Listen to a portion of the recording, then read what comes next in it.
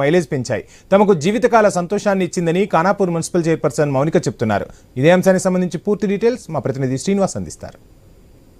కండ రేపినటువంటి ఖానాపూర్ మున్సిపల్ స్థానం అయితే ఎట్టకేలకు కారు కమలం పొత్తులోనైతే చైర్మన్ వైస్ చైర్మన్ స్థానాన్ని అయితే కైవసం చేసుకున్నారు. మనకు అందుబాటులో ఇటు నూతనంగా చైర్మన్గా ఎన్నికైన అంకం మౌనిక ఉన్నారు. ఆమెను అడిగి తెలుసుకుంది. మేడం చెప్పండి, దాదాపుగా నిన్న ఇటు కౌన్సిల్ సమావేశ మందిరంలో ఉత్కంఠనైతే నెలకొంది. మీరు ఏకంగా కౌన్సిల్ సమావేశ మందిరంలో ఉండి ఆందోళన చేసిన కార్యక్రమాలు అయితే ఉన్నాయి. ఈరోజు ఎటువంటి వాతావరణంలో ఎన్నిక జరిగింది, ఎలా చూస్తుంది?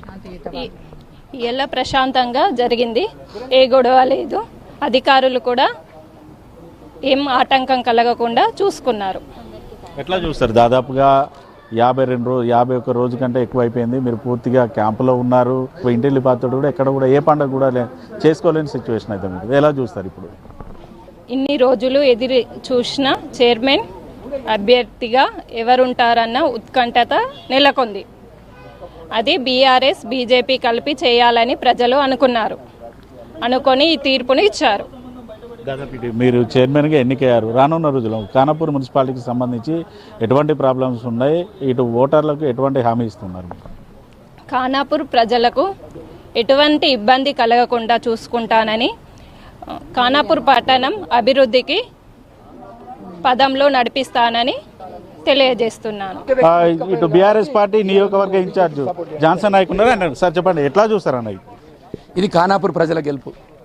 ఏదైతే ఖానాపూర్ ప్రజలు కొనుక్కొని మాకు సీట్లు ఇచ్చారో వాళ్ళకు నచ్చే విధంగా ఇవాళ మేము బీఆర్ఎస్ బీజేపీ కలిపి అవినీతి రహిత పరిపాలన అందిస్తాం. అభివృద్ధిలో మేము ముందుంటాం. Thank you.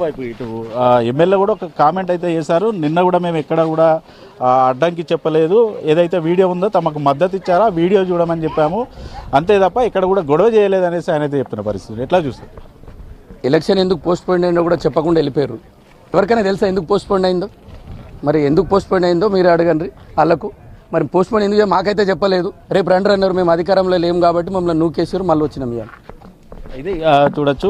దాదాపుగా ఖానాపూర్ మున్సిపాలిటీతో పాటు క్యాతన్పల్లి మున్సిపాలిటీకి సంబంధించి ఇటు ఉమ్మడి ఆదిలాబాద్ జిల్లా వ్యాప్తంగా ఒక హైటెన్షన్ వాతావరణం అయితే ఉండేది. ఇటు బీఆర్ఎస్ సిపిఐ పొత్తులోనైతే క్యాతన్పల్లిని కైవసం చేసుకోగా, ఇటు ఖానాపూర్ మున్సిపాలిటీకి సంబంధించి ఇటు బీఆర్ఎస్ కమలం బీజేపీ పొత్తులోనైతే చైర్మన్ పీఠాన్ని అయితే కైవసం చేసుకోవడంతో రెండు చోట్ల కూడా పూర్తిగా కాంగ్రెస్ కైడ్ అయితే బిగ్ షాక్ తగిలిందని కూడా చెప్పొచ్చు. Video journalist Ramesh Srinivas, I news, Khanapur నుండి.